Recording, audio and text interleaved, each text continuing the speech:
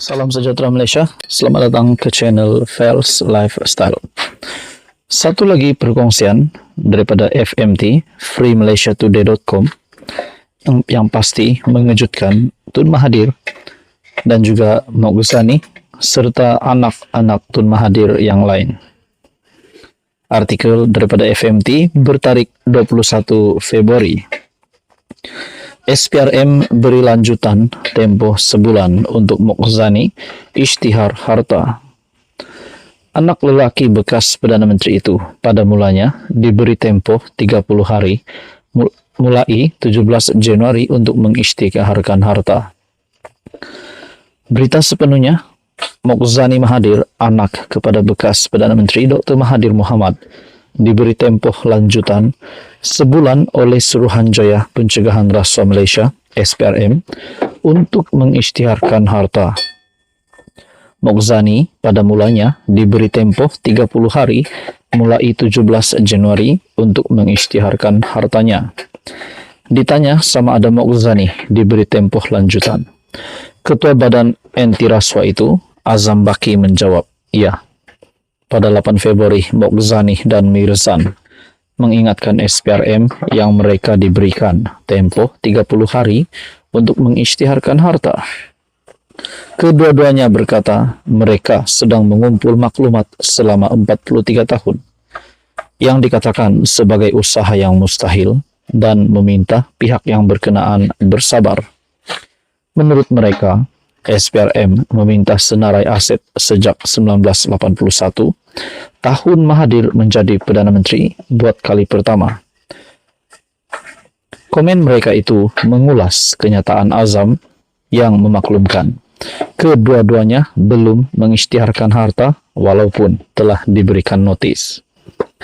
Azam sebelum ini berkata, kedua-dua mereka boleh memohon lanjutan untuk menyerahkan pengisytiharan mereka pada pertengahan bulan ini selepas tempoh 30 hari tamat.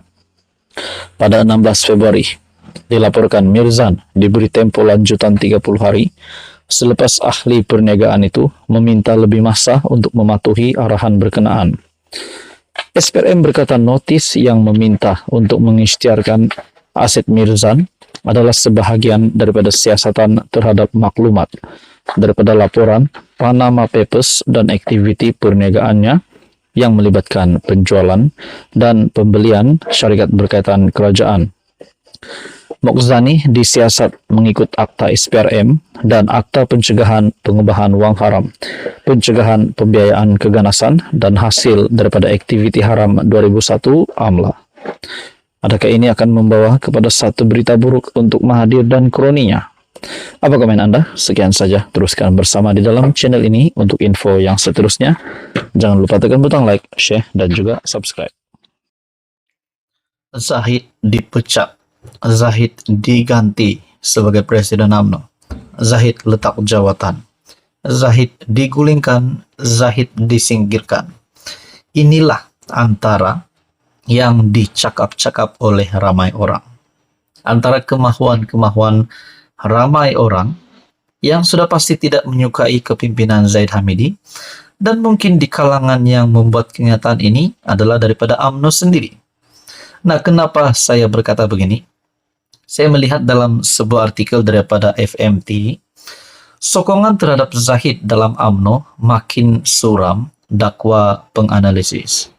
Dinyatakan juga di sini berkaitan dengan keputusan Lembaga Pengampunan ke atas bekas Perdana Menteri Tun Najib Razak. Bekas Perdana Menteri Najib Razak. Nah, saudara-saudara, Hishamuddin Bakar berkata penyokong tegar Najib Razak kecewa selepas Presiden UMNO tidak berjaya mendapatkan pengampunan penuh. Adakah ini satu bentuk pemberontakan terhadap UMNO?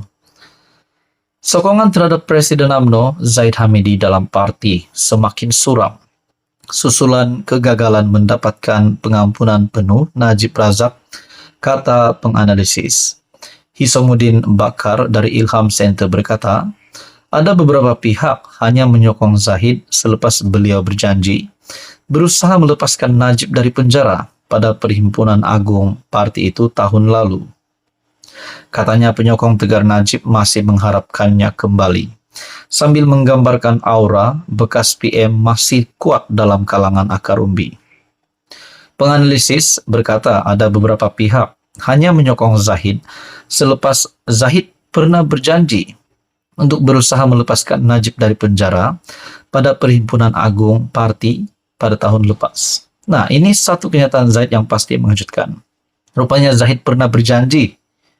Kalau benar, adakah Zahid memang sudah berjanji kepada UMNO bahwa akan melepaskan Najib? Tapi pada akhirnya, keputusan Lembaga Pengampunan bahwa pengurangan hukuman Najib Razak daripada 12 tahun kepada 6 tahun dan denda dikurangkan daripada RM 200 juta lebih kepada 50 juta. Nah, yang bagi saya ini menjadi persoalan selepas pembentukan kerajaan perpaduan juga membawa sentimen kepada pembawaan kepada beberapa penyokong UMNO ataupun Barisan Nasional yang tidak menyukai langkah bekerja sama bersama dengan DAP di dalam Pakatan Harapan, juga menjadi satu pembawaan bahwa UMNO ini semakin kurang sokongan. Itu yang pertama. Dan yang kedua terkini berkaitan dengan keputusan pengampunan Najib Razak pula. Mungkin ini juga akan membawa kepada peralihan undi daripada UMNO, penyokong UMNO kepada Parti Bersatu. Menurut artikel daripada FMT, menurut Malaysia Kini, 46 ketua bahagian tidak hadir untuk mendengar dalam sesi penjelasan Zahid pada 4 Februari. Dengan seorang daripada mereka menyatakan tidak berminat mendengar penjelasan Zahid. Bagaimanapun, Setiausaha Agung UMNO Ashraf Wajdi Dusuki menafikan gesaan supaya parti keluar daripada kerajaan perpaduan. Katanya hanya 20 ketua bahagian tidak hadir kerana notis singkat. Dalam pada itu, Azmil Tayyib dari University Sains Malaysia berkata penyelesaian segera bagi UMNO yang berdepan kehilangan sokongan sejak PR15 adalah dengan Zahid meletak jawatan sebagai presiden. Adakah dengan ini dikaitkan juga dengan beberapa pemimpin-pemimpin ataupun nama besar dalam UMNO? Contohnya Hishamuddin yang digantung manakala KJ pula disingkirkan daripada UMNO. Mungkinkah KJ dan Hishamuddin patut kembali aktif dalam UMNO semula? Barulah UMNO dapat diselamatkan. Itu menjadi persoalan. Saudara-saudara, apa komen Anda berkaitan dengan isu ini? Sekian saja, teruskan bersama di dalam channel ini. Jangan lupa tekan butang like, share, dan juga subscribe.